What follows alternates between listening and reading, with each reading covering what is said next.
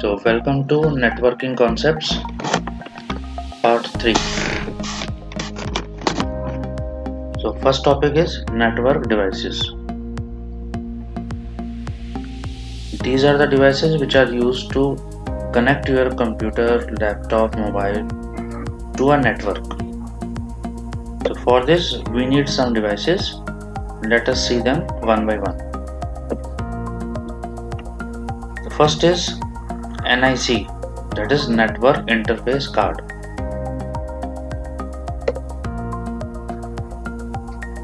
See this figure 1.21. So this is a hardware part which is embedded in SCP. So it is a hardware device that is attached to a computer to enable it to communicate over the network. Without this you cannot attach your computer with your network. The NIC has a ROM chip. ROM means read-only memory, that contains some information such as a unique number, which is normally an address of this device. It is called MAC, Media Access Control. This hardware address uniquely identifies a computer on the network. So this was about network interface card. Now let us see, next is modem. Modem is made up of two words, modulator and demodulator. So from here MO is taken and from here DEM is taken, so it becomes modem. So what modem does, let us understand this from this figure.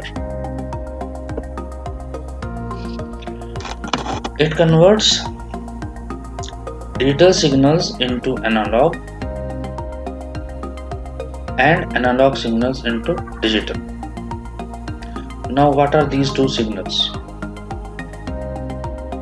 Now the signals which are used in digital equipments like computer are digital signals,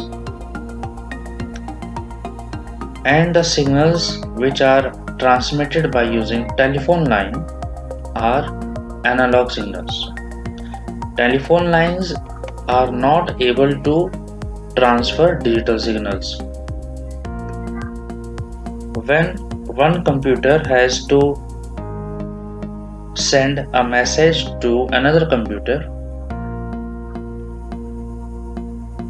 it gives signals or message in digital form.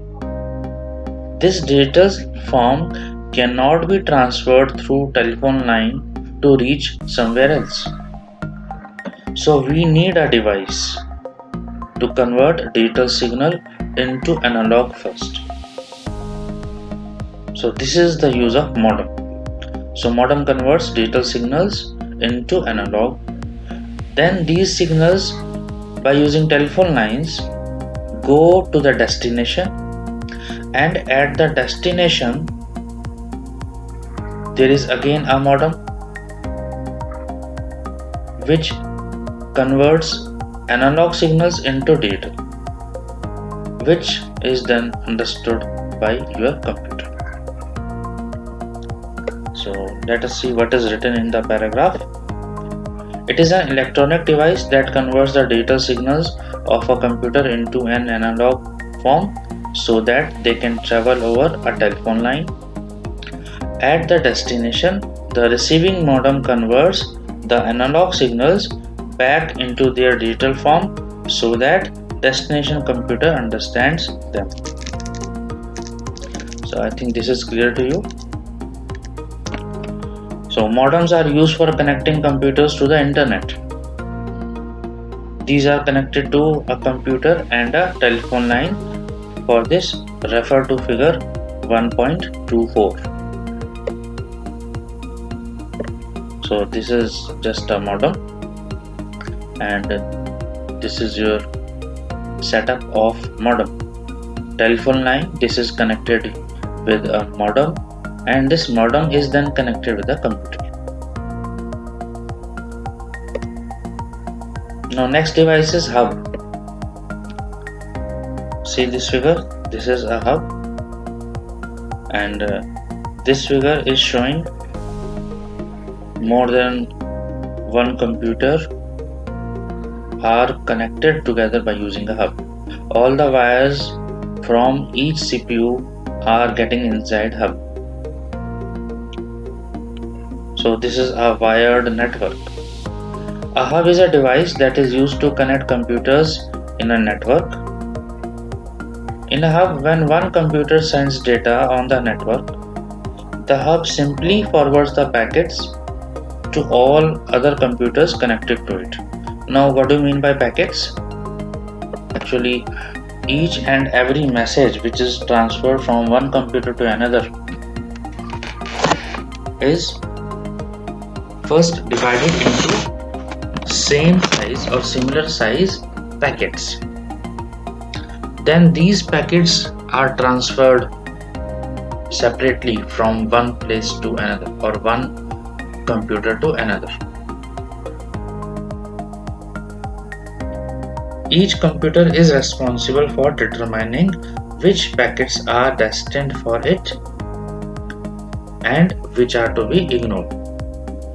It means every computer knows about the packet, whether the packet is for that computer or not. If it is not for him, not for that computer, it will simply ignore. So what hub does? It simply forwards the packets to all the destinations. But the address which is written inside packet, it will reach to that system only, that node only, not to all. All others will not accept it because address will not match. So there should be a device which should send the signals not to all but to only the recipient, to only the destination whose address is there. So for this we need a separate, a different device that is called switch. See, this is your switch. It is similar to hub. It has capacity to connect more computers as compared to hub, and it is a smart one. Let us see the paragraph.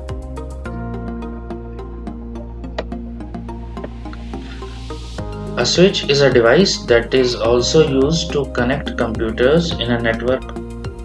However, a switch is a more intelligent device than a hub. How intelligent? Because the switch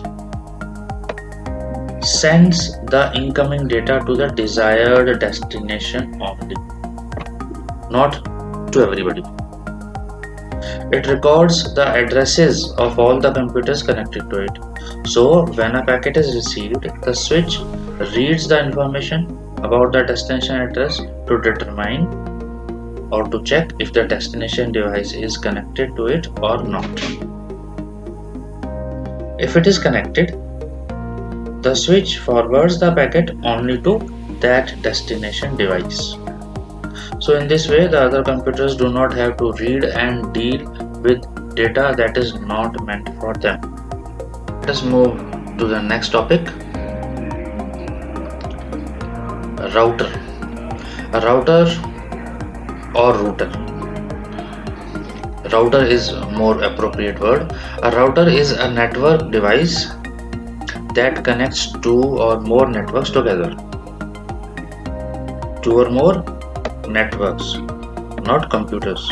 Two or more networks together. It is commonly used to connect a computer or a network to the internet. Because for computer we can use two computers, we can use switch or hub. So for router, more networks are required. Lines from different networks are connected to a router. Lines means wires, but there are wireless routers also.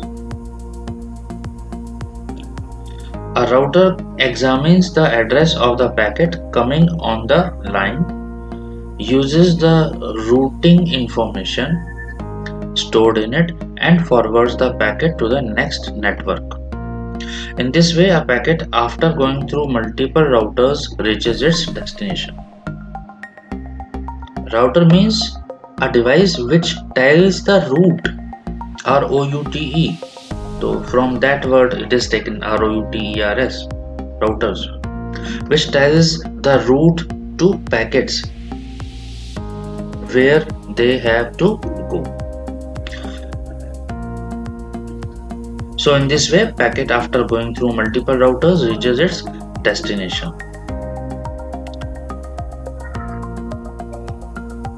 And as I already told you, every packet has its destination inside it. Destination is just like a digital address. Okay, that topic is finished now. Now let us come to protocols.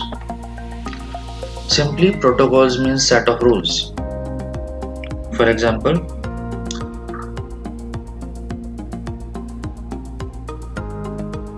if you want to communicate to a person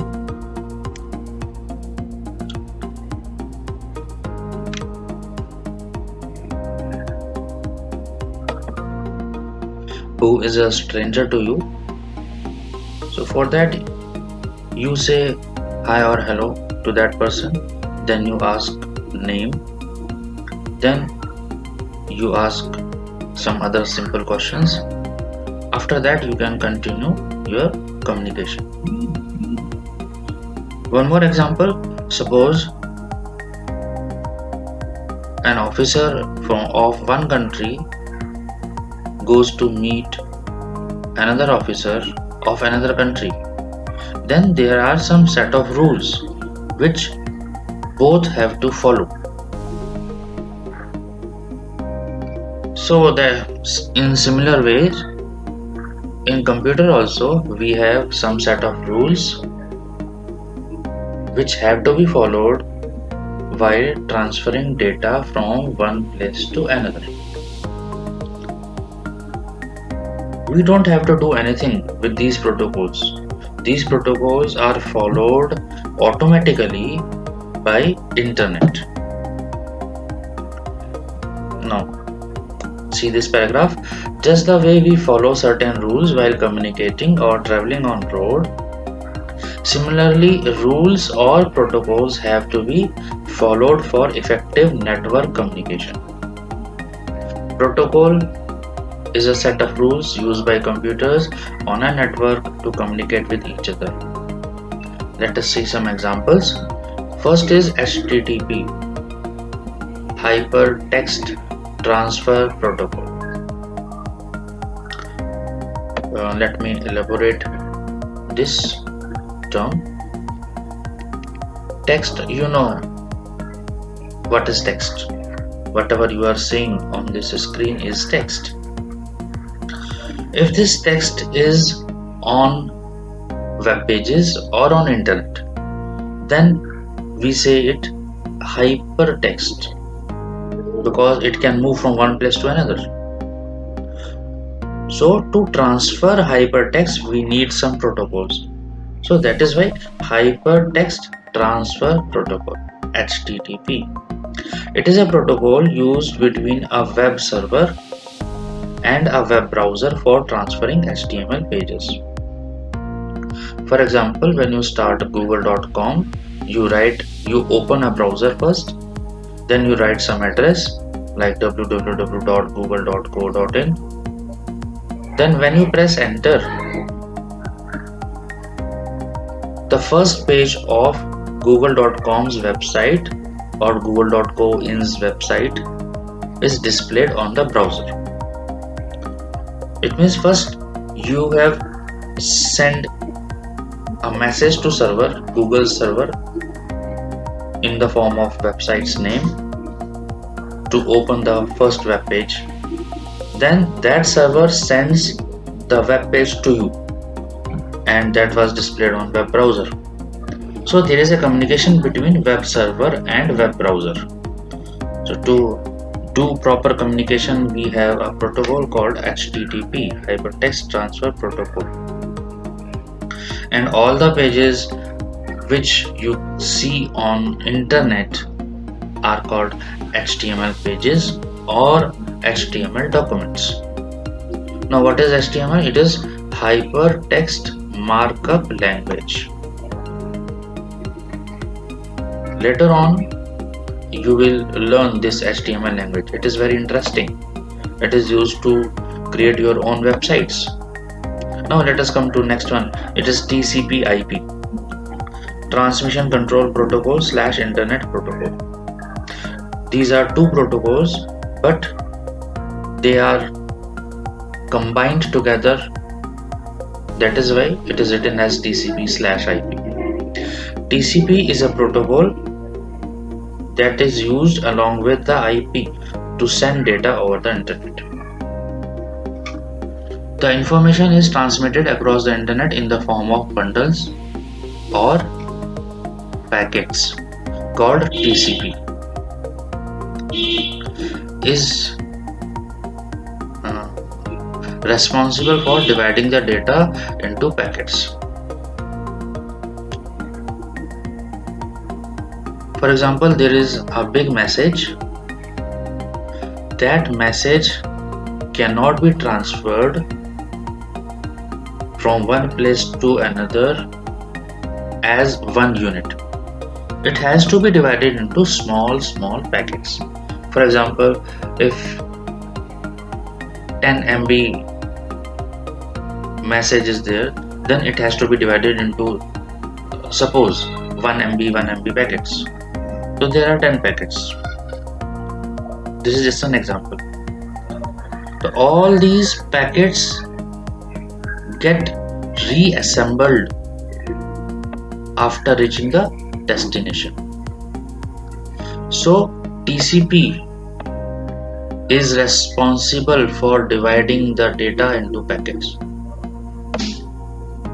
So who will divide data into packets? TCP, before they are sent, and for reassembling the packets when they arrive at the destination. Now it is dividing the packet before sending, so it is its own responsibility to assemble those packets when they reach the destination. Now what is the work of IP? IP is a set of specifications that determines the best route for the packets across the internet so that the packets reach their destination address. It means IP decides the proper route to reach, and it also specifies the destination address to all the packets so that they reach in time and at proper destination. Now let us move further. New topic: network security. If you are working on internet, anybody can see you, what are you typing, anybody can steal your data. For example, details of credit card, debit card. Files can be shared between computers on a network. This makes a computer vulnerable to attacks by viruses, bombs, Trojan horses, and so on that can easily spread because of underlying network. So let us see them one by one. The first is virus.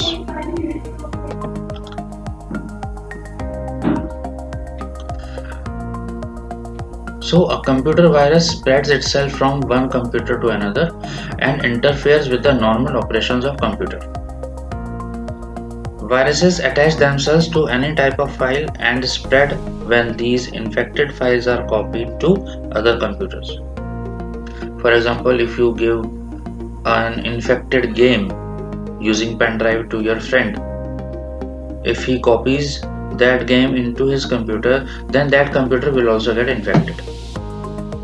So people unknowingly spread a computer virus because it cannot be seen by sharing infected files or sending emails with viruses as attachments. Viruses are not like biological viruses, but their behavior is similar to that virus.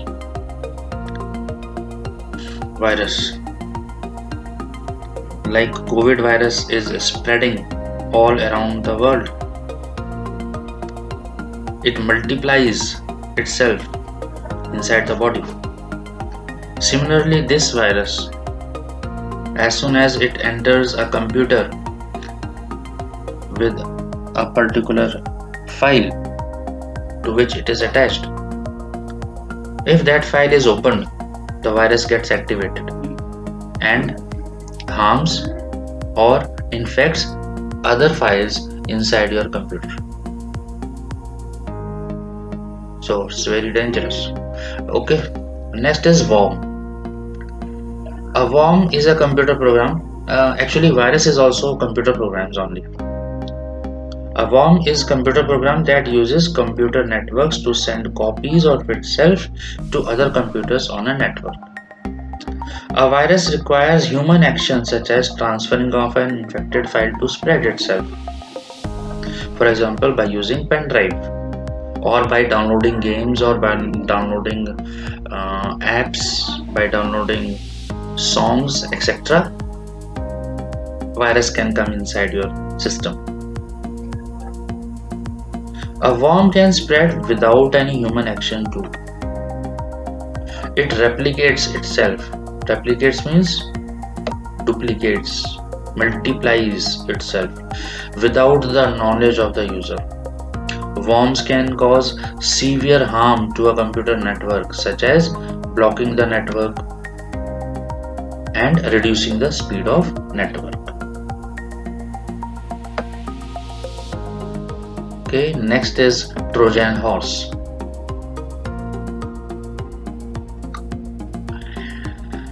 A computer program, again, that appears to be a useful software, but see, that appears to be a useful software.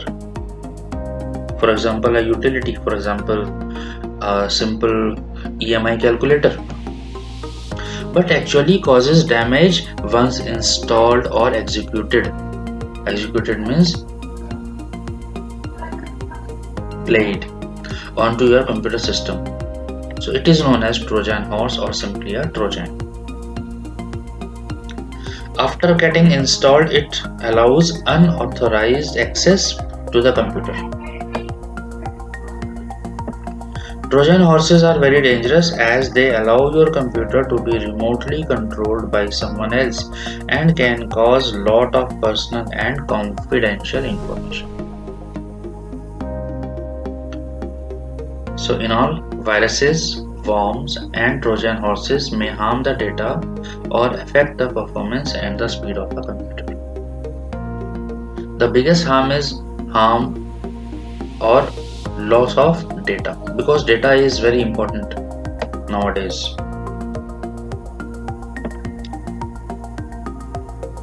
See, in this figure, this person is trying to install Trojans onto another computer via email attachments. So if you get an email attachment, never download it directly. So that is why you should always use antivirus in your mobiles, in your laptops, in your desktops, everywhere. Okay, next term is data theft. Stealing of data. It is a very serious problem for computer networks. People break into computer networks to either disrupt the functioning or to steal confidential information. Hackers are computer experts who can break into computer systems and networks. Now there are two types of hackers: white hackers and black hackers. So you can imagine something with the colors. So let us see them one by one. First is white hackers.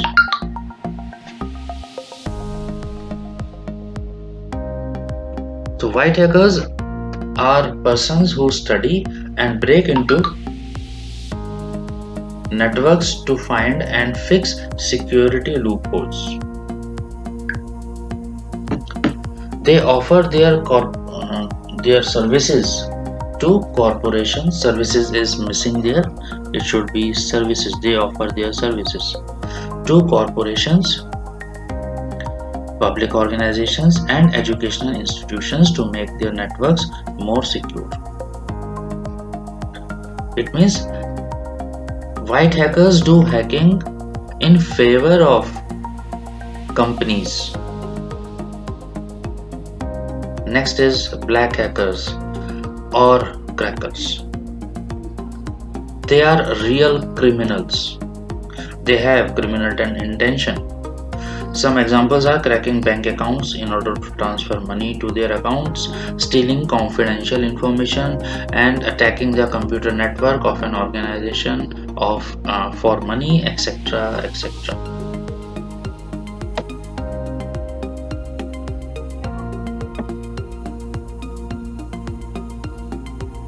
Now let us come to computer security. Antivirus, a very familiar term. Antidote to virus. Every computer on a computer network must have an antivirus software installed in it, and it should be updated on a regular basis. Like I have antivirus and I update it regularly.